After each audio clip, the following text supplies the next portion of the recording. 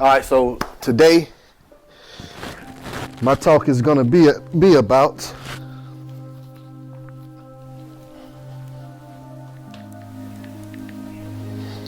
all right, so today the theme is if I can do it, you can do it. How many people know that? That if I can do it, you can do it, right? Right? God didn't put nothing special inside of me. He didn't make me no special kind of way that he didn't make y'all. We all made the same. So the theme is if I can do it, you can do it. All right, so today I want to talk to you about three things. One is what's your wake-up call, right? Something didn't happen in our life. I know something happened in y'all life, something happened in my life before that made me think and wake up, right? And be like, man, I got to change. I got to do something different. I don't care if it was something happened in your life to where somebody was murdered, or you hit rock bottom, or been to prison, like me. But something happened. So what's your wake-up call? You would know that, right? And number two is, it's never too late. And basically what never too late is after you have made the mistakes in life, you still can bounce back, right? With God, all things are possible. How many people know that? So it's never too late. No matter what you done been through, no matter what you have done in your life, it's never too late to change. And number three is, it's no excuses, right? There's no excuse for you not to be living up to your fullest potential. I don't care what happened in your life, you still can become successful. So there's no excuse. Like, people make up so many excuses why they can't achieve things in life.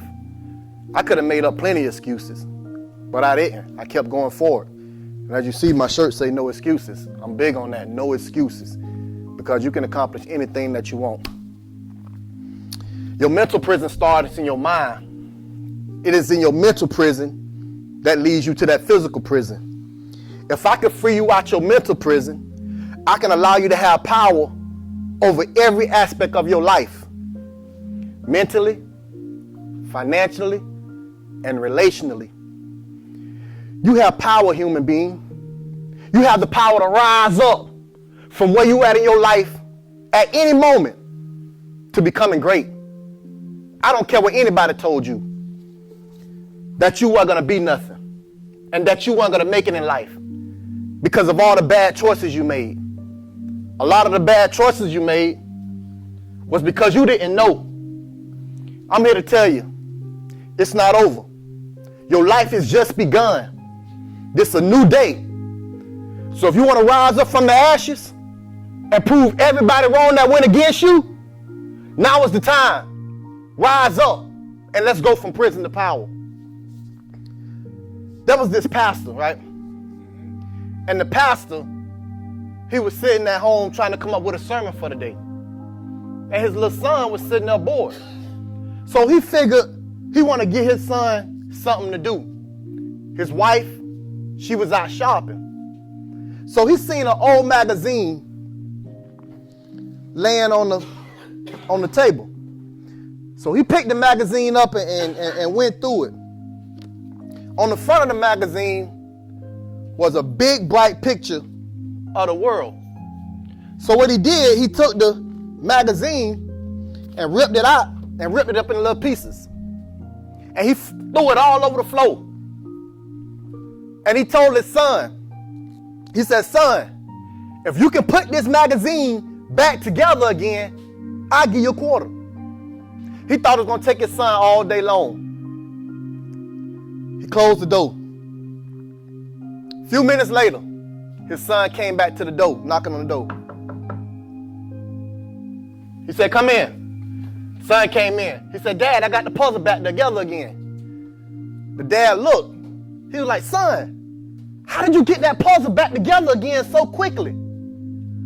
The son say, oh, he said it was easy, Dad. He said on the front, there was a picture of a man. He said, so what I did, I got a piece of paper and I put it at the bottom. He said that I put the man together. He said that I got another piece of paper and I put it at the top after I put the man together. He said, then I flipped it over. He said, once I flipped it over, I figured that if I get the man right, the world will be right. And listen, that's the point of this message today. If a man is right, his world will be right. So it starts with you. You got to get yourself together. You got to change. Everything that happened in your life wasn't nobody's fault but your own. So recognizing that you have to change and it's all your fault, you got to start making the necessary changes to get your life back together again. If you want your world to change, you got to change. It starts with you. It starts with self. Because guess what? If you don't change, it isn't going to change. Everything going to stay the same. World going to be like it is. World going to keep moving. If you was failing, you're going to keep failing. It don't stop until you change. You have to make that change. My name is Ken Osbourne. I'm the owner of KO Trucking LLC, Generation Changers International, and I'm also a misguided youth motivational speaker, and I'm also an author of a #1 Amazon best-selling book, From Prison to Power. I'm a recording artist. I'm a Christian rapper, several CDs, go to my website, online. But my days ain't always been so bright. I had my dog days. I lost my mom when I was 9 years old. I lost my dad when I was 5. But when my mom was alive, my mom used to tell me that I was special and that I can become anything in life that I wanted. She said, you see your daddy? She said, he's a fruit contractor. See, my daddy was a fruit contractor. He had his own business before he passed away. She said, you see your daddy? She said, he's a fruit contractor. And plus, he was from Jamaica, right? So he came from Jamaica to America, the best country on the earth, America, where anybody can come and come up. Everybody trying to get to America so they can come up. Ain't nobody trying to break into Mexico so they can come up. They're trying to get to America. So you in the best country in the world to come up. Anybody can come up here, right? Obama was the president, so there's no excuse, right? Anybody can come up here. So we're in the best country in the world, right here in America. So my mama told me that. She said, son, if your dad can do it, she said, you can do it. She said, you can do it. She said, if he came from Jamaica and started his own business, she said, you can be great. She told me to finish school. She said, do what you got to do. You can be great. I want you to follow in your dad's footsteps. This is what my mom told me before she passed away. My mom passed away. I had to go live with my aunt until I was 14 years old. Me and my aunt, we couldn't get along. My aunt was very strict. She didn't treat me like my mom treated me. And she told me she couldn't show me that same love and affection because she wasn't my mom. So we had some tension there. I ended up running away from my auntie's house at 14 years old. And I ran to my cousin Janice's house. Now my cousin Janice, she had a brother that was living there with her, right? And her brother was a big time drug dealer. You already know how they're gonna turn out. I heard you say, So as a kid, I was kind of already taken away from the rings and the jewelry, the money, the cars, and everything that he had. And her daughter, which is like my sister right now, she got 8 kids right now, so she was already on her way. You know what I'm saying? So I'm looking at this situation like, man, that's a lot of freedom, right? So I ran away to Janet's house. I shouldn't have never ran away from my aunt's house.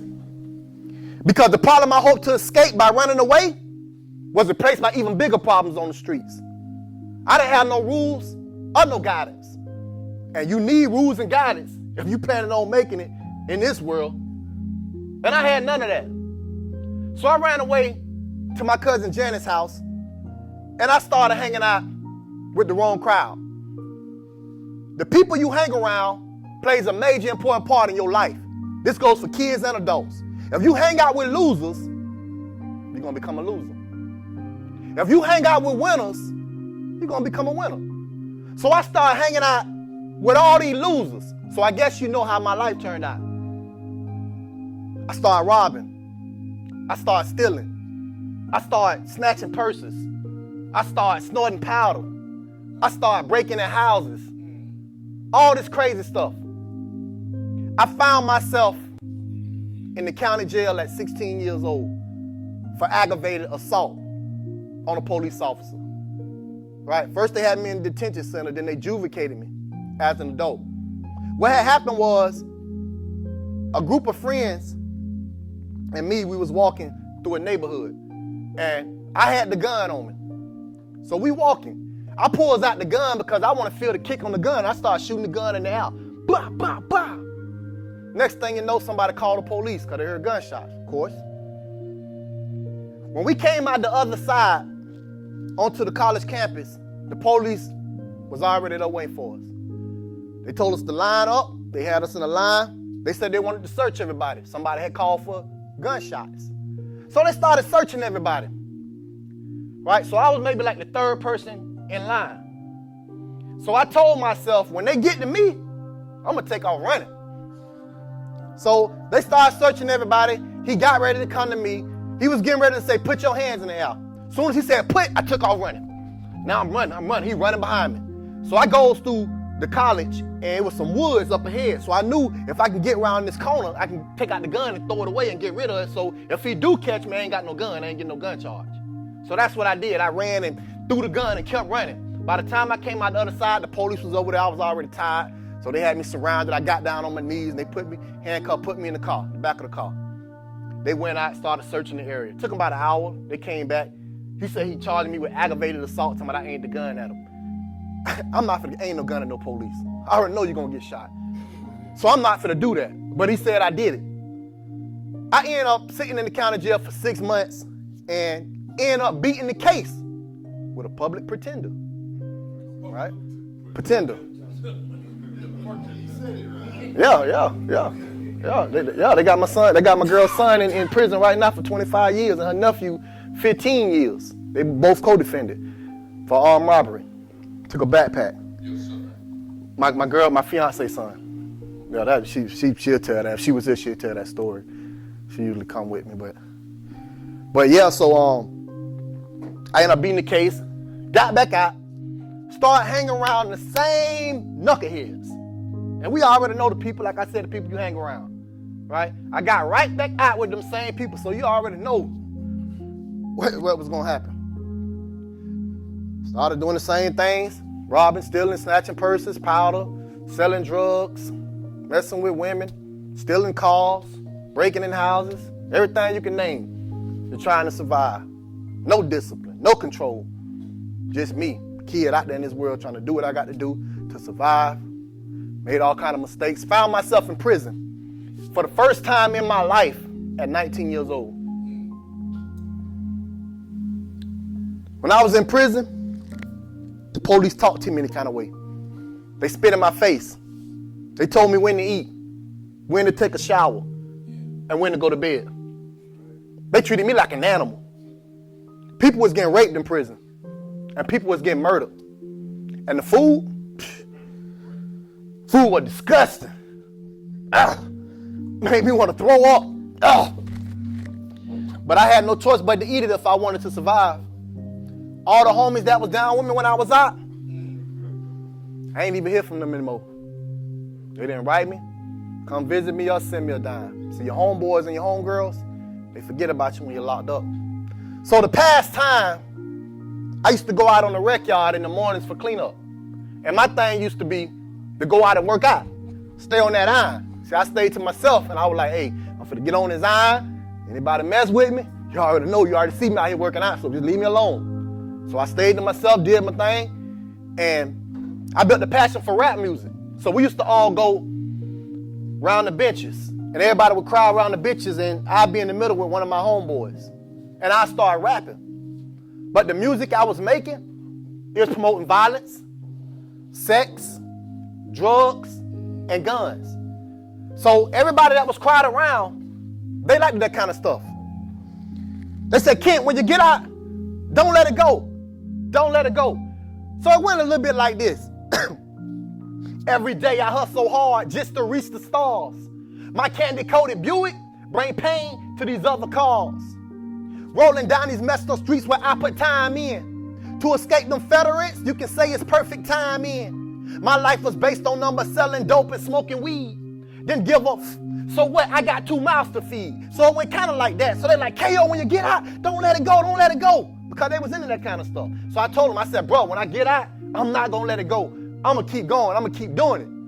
So you already know how that was going to turn out, right? I'm making that kind of music. I'm rapping about that right there. So you already know when I get out what time it is. So after that, I went to work release. They gave me 25 months that time. So I did 20 in prison, and I had to do the other 5 months in work release. So now I'm in work release. Work release just like prison a little bit. You got the same officers. Only difference, they let you go to work. Got to come back to the center. They'll let you go to church on Sundays. Got to come back to the center. They might let your family check you out on the weekends. Always got to come back to the center. So it was the same thing. I worked out, went to work, came back. Used to talk on the phone to my girlfriend a lot. So I had a cousin. He went by my girlfriend's house. Now this same cousin, before I went in, right, he was kind of living in poverty. Poor. He got on the phone when I called him and he said, "Cuz," he said, "Listen, bro." He said, "Cuz, I done came up." He said, "I'm finna put you on." He said, "When you get out, I'm gonna put you on. You just need to get out."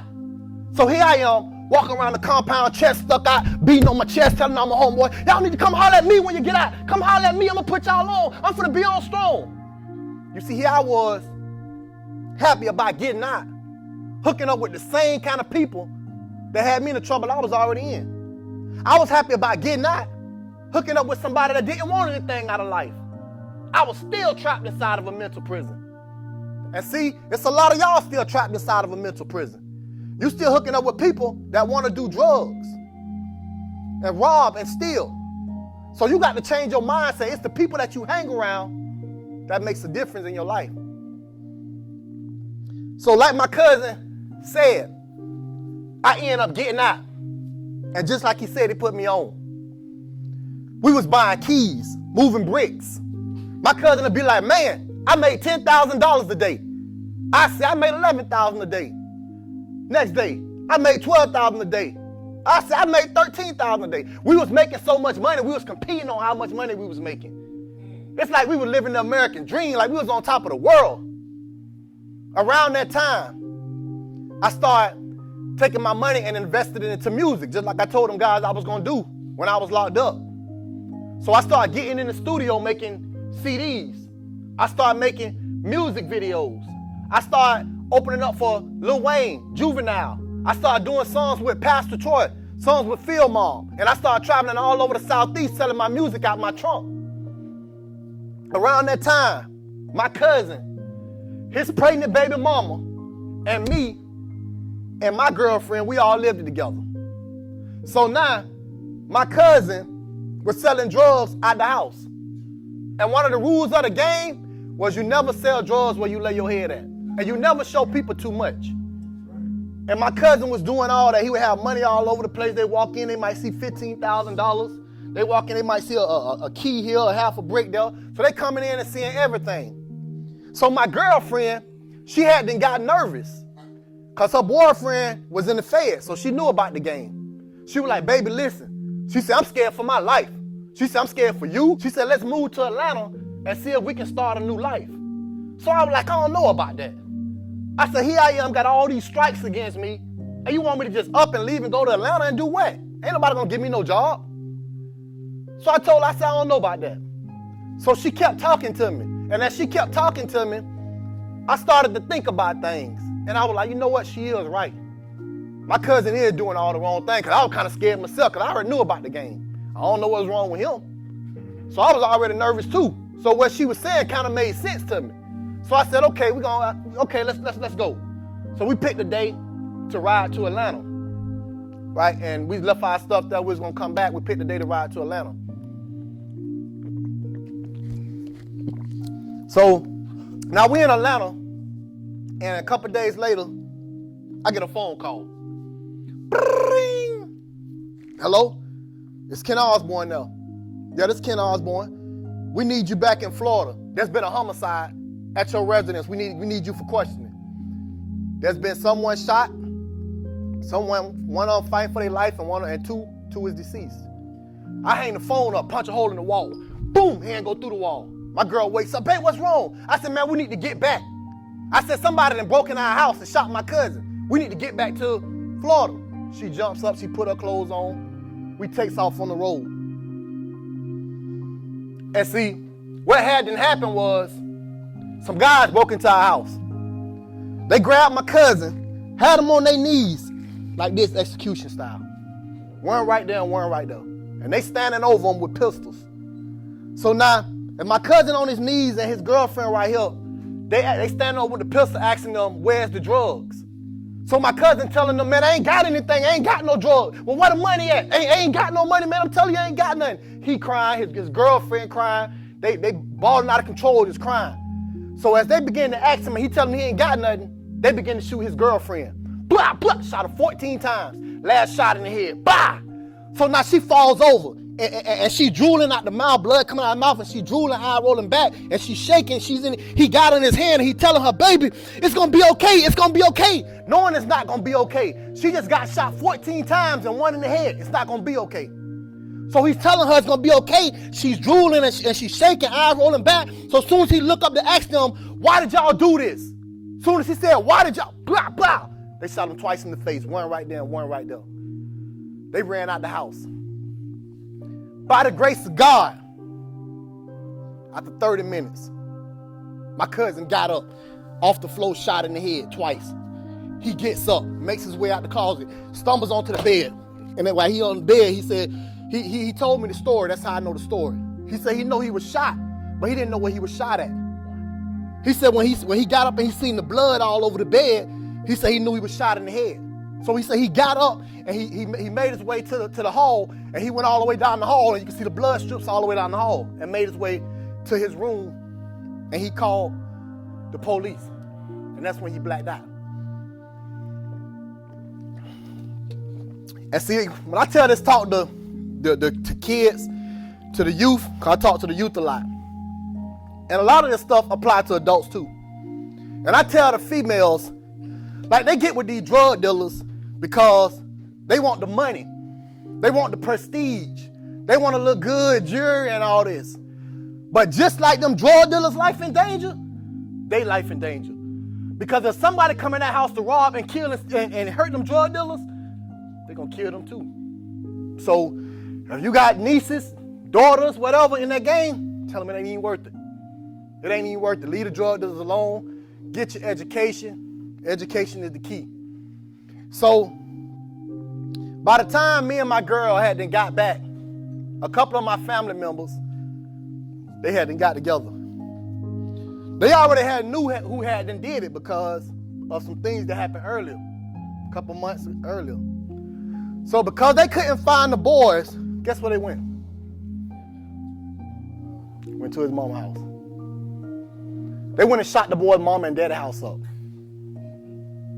Thinking somebody was in there. But once again, by the grace of God, nobody went in there. Thank you, Jesus. They shot the house up. Nobody went in there. So that's why I tell these young boys, like I said, it apply to men too. When you go out and do something stupid, what you do don't only affect you. It affect your loved ones. Because you go out and do something stupid and they can't find you, they coming to kill your family. They coming to kill your mama. They coming to kill your daddy. They coming to kill your sister, your brother, whatever you got, your child. Whatever you got, they coming to get it. So what you do don't only affect you, it affect your loved ones. That's why you got to make sure you're not doing nothing stupid, man, nothing crazy like that. So we get back. Look for the boys, we couldn't find them. The police was looking for them. They end up turning themselves in 30 like 30 days. Because they already know, we already like, shoot. The police had them armed and dangerous. Ain't armed and dangerous. Shoot on sight. We had them shoot on sight too. So it was good that they turned themselves in. So me and my girl got back. And I jumped back into the game. You would think after all this, in and out of jail, been to prison, then my cousin and his pregnant baby mama get shot execution style, that I knew God was giving me a wake-up call. Like, K.O., my son, you got to chill. You would have thought I would have known better after God gave me this wake-up call, right? I didn't answer that wake-up call. I went back to the streets. What wake-up call do you have in your life right now that you're not answering? Something happened in your life too. That was your wake-up call. And you didn't answer it. So you're going to end up dead or in jail, prison, like my cousin, this pregnant baby mama and me. My mind was so gone, I couldn't even hit a wake-up call. What wake-up call do you have in your life that you're not answering? I'll give you 30 seconds. Write it down. What's your wake-up call?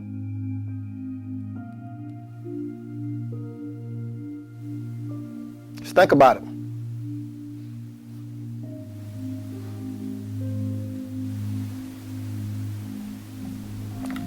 Everybody not going to be as blessed as I am. That's right. I should have been dead or locked up for the rest of my life. But I'm not. And Christ was my wake-up call. All right. What's your wake-up call? I ain't tripping.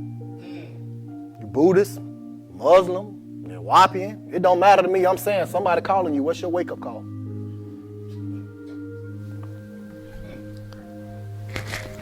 So the next thing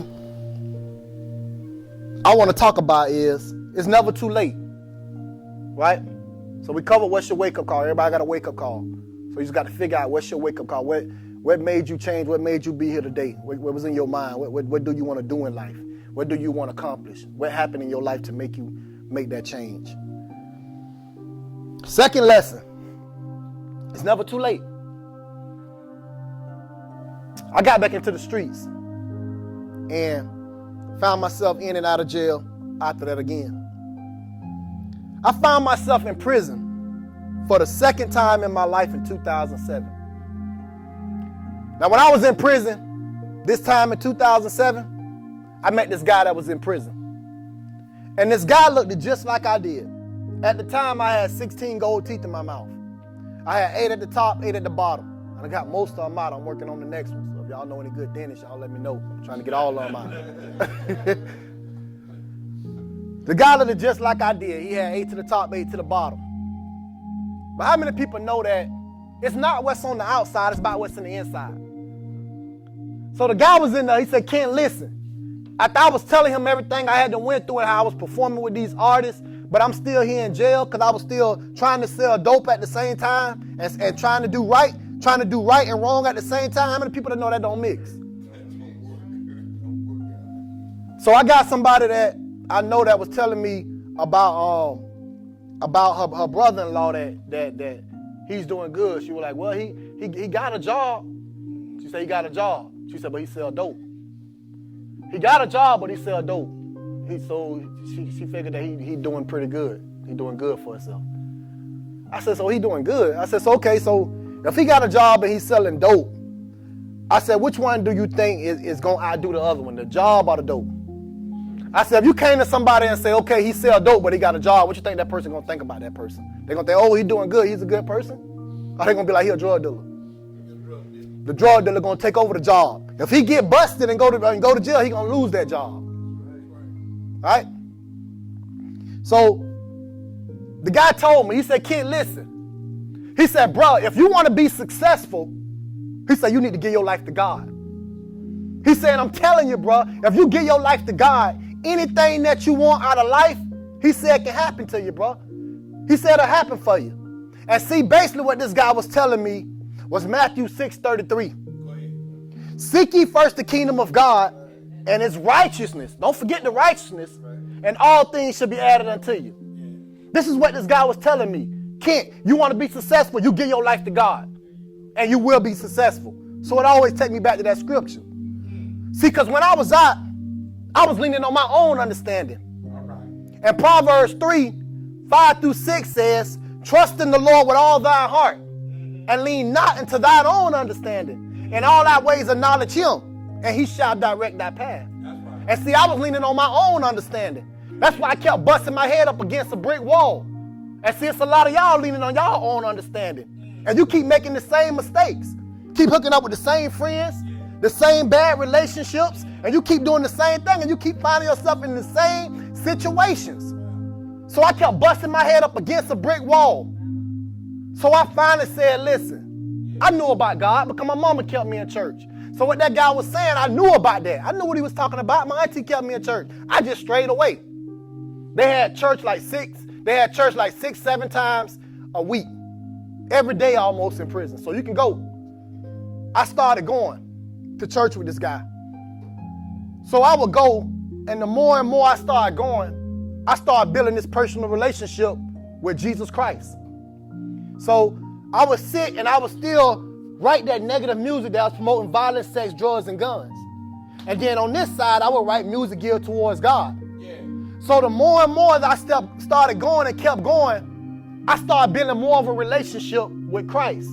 And see, when you got a relationship with Christ, it's like having a relationship with a woman or a man. You want to do everything you can to please that person, to make that person happy. You don't want to hurt that person. So as I was writing this negative music, I started thinking about Jesus, and I knew I didn't want to hurt him. Yeah. So I started writing all that negative music because I didn't want to hurt him. I just started writing music geared towards God. Yeah. Some prophets came. I started rapping in front of the prophets. When they had me on stage one day when they was there, they said, "Kent, we see that you're going to be traveling all over the world, reaching kids through your music." So that made me want to go even harder and even more. I ended up going to work release because I was sentenced to 20 months this time, and I did 16, and I did 8 in prison, and I was able to do the rest of the months in work release. So when I went to work release, the Pastor McClure, God bless the dead, he allowed me to get on stage and share my testimony and perform my music. So when I used to get up there and perform and I would share my testimony, you had everybody up. Everybody loved my music. They were like, "Kent," they said, "we don't even listen to rap music." They said, "But your music, we can understand it." They say, your testimony is powerful.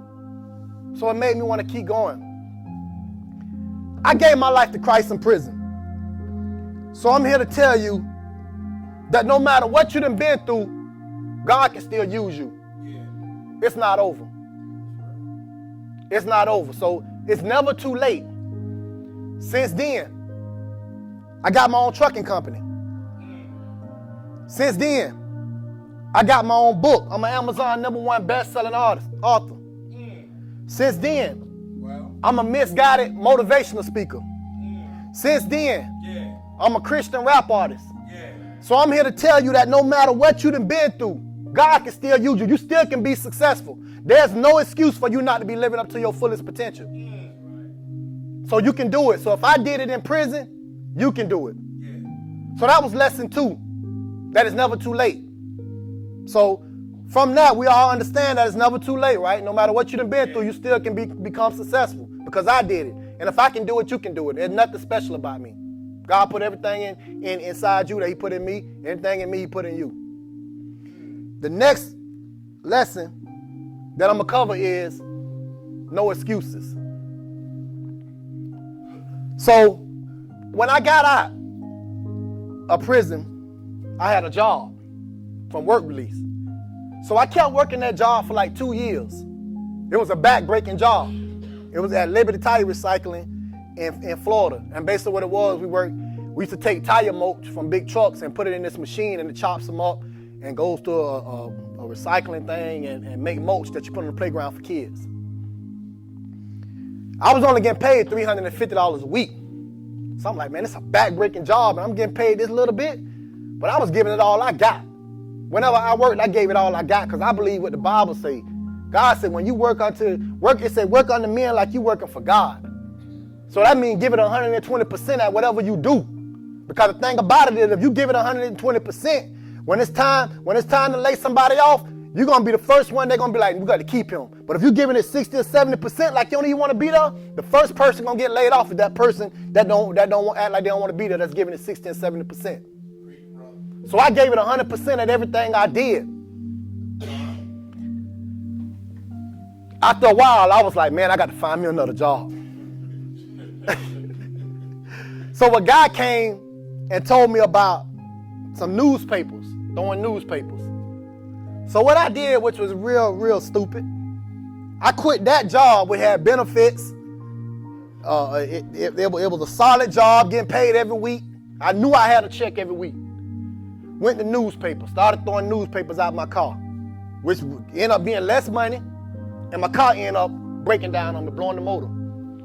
Because you got to stack all these newspapers in the back of your car and ride through neighborhood throwing it out and driving your car real fast, throwing it out, trying to make a time. And you weren't really making too much money, so I blew the engine in my Lexus that my little brother had and gave me when I got out. So then somebody came along and told me about multi-level marketing, right, which they called pyramids back then. So they were telling me, you work your way to the top, you'll make all this money, you'll get a Lexus and all kind of things. So I had and got happy and I got into multi-level marketing. I ain't make not now sale. So now here I am living with my auntie, I'm broke. Living with my auntie, living with whichever family member would let me stay there until I get on my feet. And it's good to have family too, because yeah, it's good to have family, believe that. And especially in hard times, till you can get on your feet. You know, that don't mean stay there now forever. That's just so you can get on your feet. See what I'm saying? So I had family member that let me stay at their house till I got on my feet. So what happened was I had a cousin and he was a truck driver. And I tried to sell him some cable from the multi-level marketing. My cousin didn't want to buy it. He said, "Cuz, you need to get a real job." He didn't buy my product. I was devastated. I was hurt. I'm like, man, this is my family. He don't even want to support me. He don't even want to buy me. He telling me I need to get a real job. He started telling me about trucking. I said, you know what? He told me how I can make money. And see, my goal was in prison was, you know, like I was telling y'all, the guy said if I want to be successful, I need to give my life to God. So I always wanted to rap. That was my thing, rapping. So he was telling me if I give my life to God, that God will help me become, help me make it in music and rapping. As long as I'm rapping for God. You see what I'm saying? So I always had that vision in prison that I wanted to be a rapper. But I knew that it took money to do it, right? To start a label, to make CDs, to get in the studio, to promote it, beats, everything costs money. And it ain't no little money. It costs money. And see, I was doing it the wrong way when I was out. I was selling drugs to do all that. But now that I'm living for God and I'm trying to be an honest person, I had to figure out a different kind of way. So I need to have a job that was making the kind of money I needed to do that. So now when my cousin told me about the trucking business, that I can make all the money, so now I'm looking like, dang, I can get in. He telling me how much they making $1,000 to $1,500 a week. I'm like, man, y'all can take some of this money, man, and get in the studio, make my album, and you know, pay for me a promoter and pay for, you know, the flyers to put my stuff out, posters. I'm just thinking about everything I can do with my music with this trucking job. So he told me what to do. I got online, started filling out applications. Little did I know how hard it was going to be as a convicted felon. That was a challenge. And see, this where a lot of people break down at. Because I filled out over 100 and something applications. I just kept filling the applications, right? But before I started filling out these applications, I had to get my CDLs, right? I had to get my restricts. So what I did was, at the time, Obama was giving away grant money. So I went and got my restrictions. Like I got the book and I read the book and you know, completed all the questions and I got my CDL restrictions. But I needed the CDLs. The CDLs what cost it. So I was like, man, I ain't got no $5,000. That's what they wanted to go to the school. Yep, to go to school. Like, man, I ain't got no $5,000. So I went down to the job link. We got like a job link, a career kind of center thing where they help you out. And I told them, I said, listen, I said, I'm trying to get my CDLs. I said, I don't have no money, but I said, I got my restrictions right here, but I ain't got no money to get my CDLs. So the lady looked and she seen that I had the restrictions, right? So when she seen that, she started to help me out. Because this is how she looked at it. She was like, man, he trying. He done went and got his restricts. He trying. She said, so since he trying, he done went that far, he trying, I'm going to go to bat for him. I'm going to help him out. So it took a couple weeks. She had me going to these classes and all kind of stuff like that. After a couple weeks, the grant ended up coming back for $5,500. And I was able to go to trucking school. In trucking school, they told me, they said, Kent, they said, because you got a background in felonies on your record, they said trucking companies, it's going to be hard for trucking companies to hire you. because they don't hire convicted felons. They said some might say 5, some years, some might say 10, said some might say indefinitely. They said, but we can take you we can help you to get your CDL. That's what the school was telling me. But they said, we can't find you a job. Because this the thing. If you go to that school, they'll get you your CDLs and they will find a job for you. They do the work. They do everything, but you can't have no felonies, right? So they told me, they said, we can get you the CDLs. They said, but we can't find you a job. You got to find a job on your own. So I said, okay. I would say, well, just let me get my CDLs. I'll find my own job. Just let me get my CDLs. Went through the school, ended up getting my CDLs. Little did I know how hard it was going to be with it as a convicted felon, like I said. I started filling out all these applications online and sending them in. Everybody was turning me down. I filled out over 100 and something applications. Everybody turning me down. Some were saying your felony got to be 5 years old. Some were saying 10 years. And some were saying indefinitely. They don't hire convicted felons. You can imagine how discouraging that was. But this the thing, I faced all kind of adversity and opposition. And see, when adversity and opposition come along, a lot of people just give up and quit. They don't believe, they just stop and just give up and just accept how it is. But I didn't quit, I didn't give up. I kept trusting and I kept believing in God. And you got to trust and believe in God. That no matter what happened, man, you're going to be straight because you got God on your side. And I always believe that. I always believe that no matter, because I had a background, as long as I got God, man, anything is possible. All right. So I kept filling out the applications and kept sending them in. I didn't let them defeat me. I said, y'all not finna stop me. Y'all not finna defeat me. Y'all not going to determine how my life going to turn out. Y'all not going to send me back to prison like that. I'm not finna go back to doing what I was doing, because a lot of times people get in that situation, and if they can't find a job, they go back to doing what they was doing before to make money and end up just giving up, letting the system defeat them. But I didn't give up. I kept filling out applications. After a while, I got a job offer from this company in Atlanta. I was still living in Florida at the time. Got a job offer from this company in Atlanta.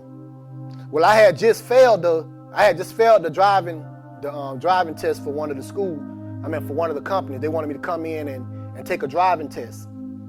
I had failed it because it was almost a year and a half had then went by, me trying to get jobs and I couldn't get it, and I had to work on temp services. See, that's another thing.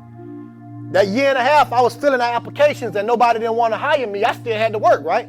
I still had to get money. So what I had to do was, I had to go to temp services, right? And get jobs at temp services, making $200, $250 a week, while I was still staying with my auntie, giving her $50, right? So and this is the thing. See, when I was young, when I was 14 years old, my uncle used to work on the back of the garbage truck. He used to drive the garbage truck, actually. And when he used to come in, my uncle used to be so stank, man, smelling like trash. And I told myself when I was a kid, I'd never work on the back of no stinking garbage truck. I told myself that. You right. You right. You right. I told myself that. But guess what? Ended up on the back of the garbage truck. I had to do what I had to do. That's right. And that's what I'm going to tell you. You got to do what you got to do. That's right. I don't care if it's working at Burger King.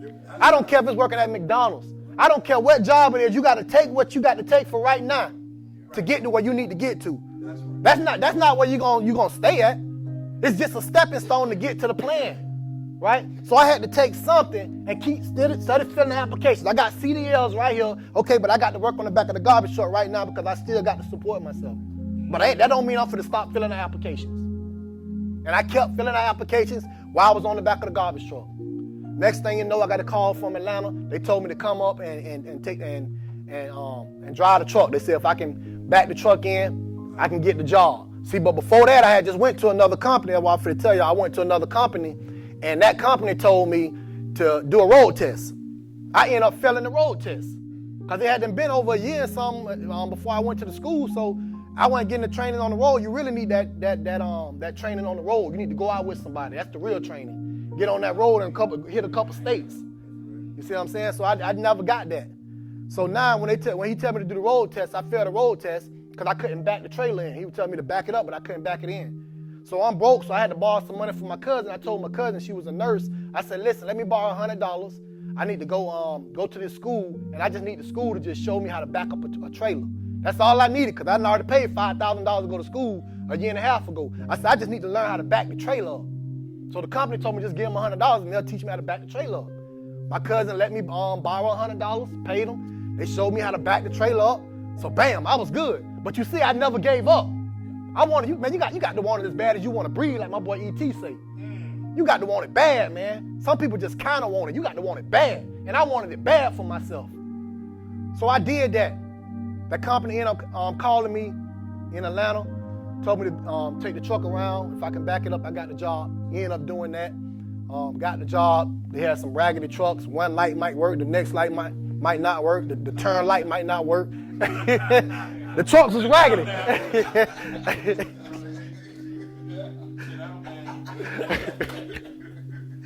Yeah, so the trucks was raggedy, man. The trucks was raggedy.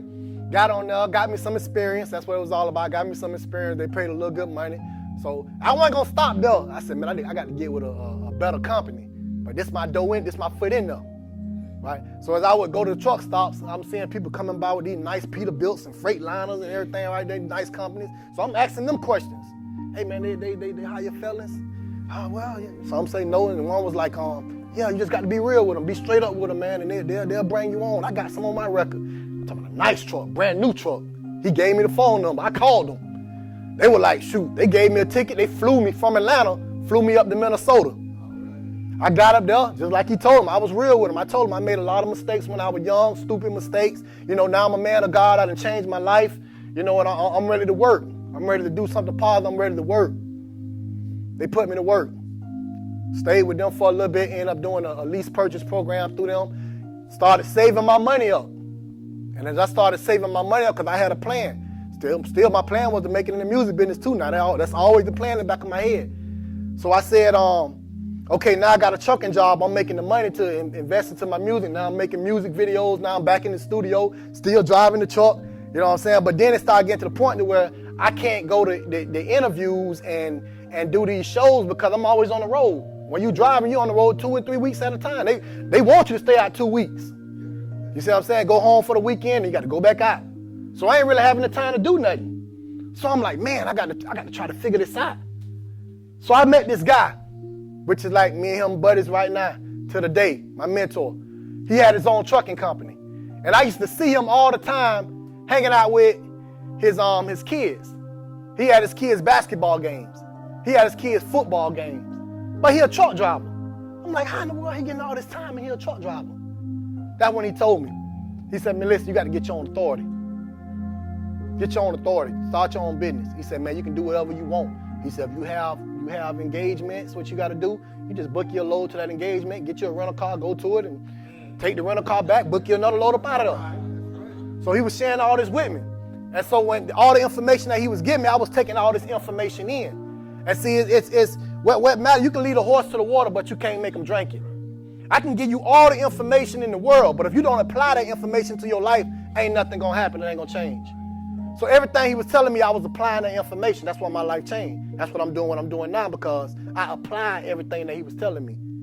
Information is good. We need information. So I ended up starting my own trucking company, and after starting my own trucking company, I ended up doing more of my music, traveling, got into speaking, started writing books, having the money from the trucking business, because the trucking business pay good money. When you got your own company, you can bring in $5,000 or better every week. This weekly, when you got your own trucking company. You're going to have to stay out there now. You got to do some work.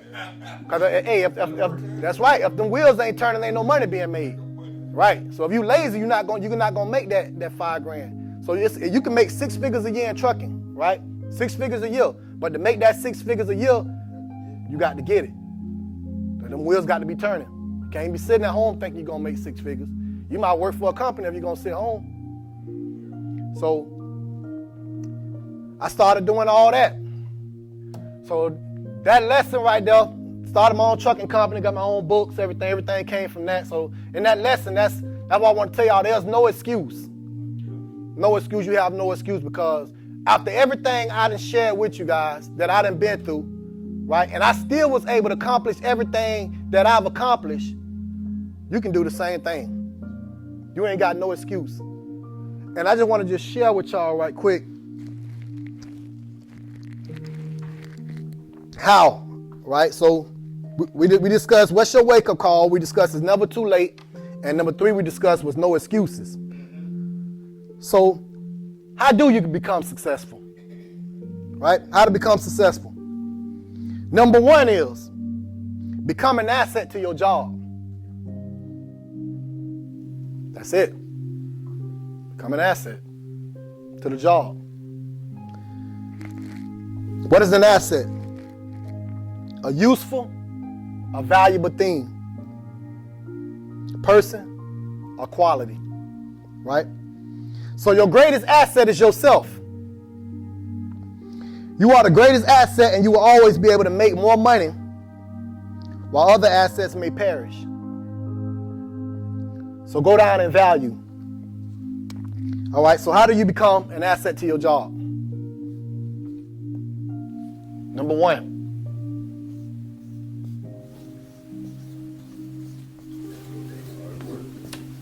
Hard work. You got to work hard. Like I was telling you before, in the Bible, Jesus said when you work unto men like you're working for God. So that means giving it 120%. Not 60 and 70 like you don't want to be there. You give it 120%. If you're giving it 60 and 70, when it's time to lay somebody off, you're going to be the first to go. That's right. You get it 120%, they're going to be like, man, we need to keep him. When they're looking for somebody to move up to be a supervisor or manager, you're going to be the first they look at. Because you're giving it all you got. You're going in. So hard work beats everything any day. Hard work beats talent when talent don't work hard. Sound like you're rapping.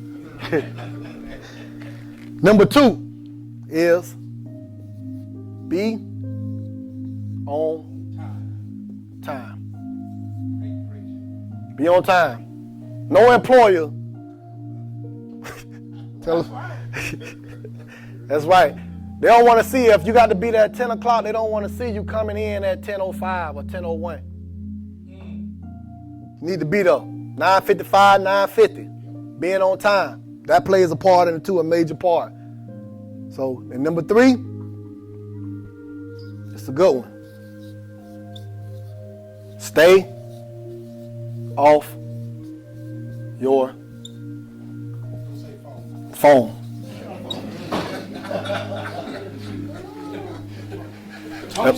If you there to work. Don't be on the phone. I'm telling you, that's gonna make somebody mad. If you supposed to be working and you standing there on your phone, say that again.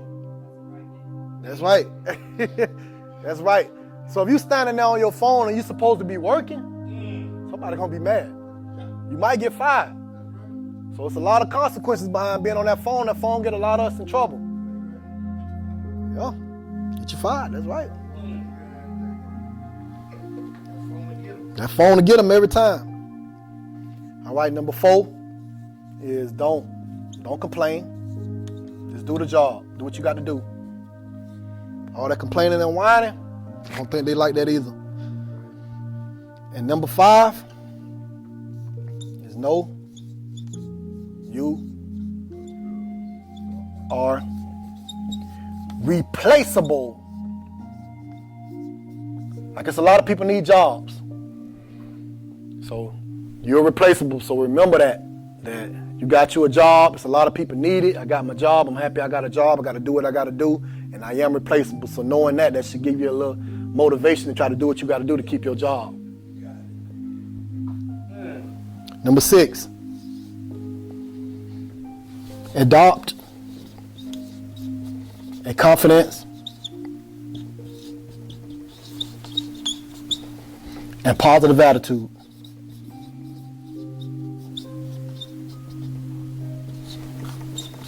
All right, so have a positive attitude on the job.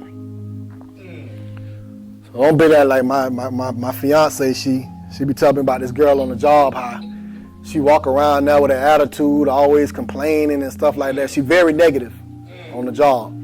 So nobody don't want to hear that, man, at the job. You're supposed to be working, man. Have a positive attitude. You know, if employers see that, You got a positive attitude, you're a nice person, you're a good person. Hey, that's gonna make you an asset too. All that's part of being an asset, having a positive attitude. We got 2 more. Number 7.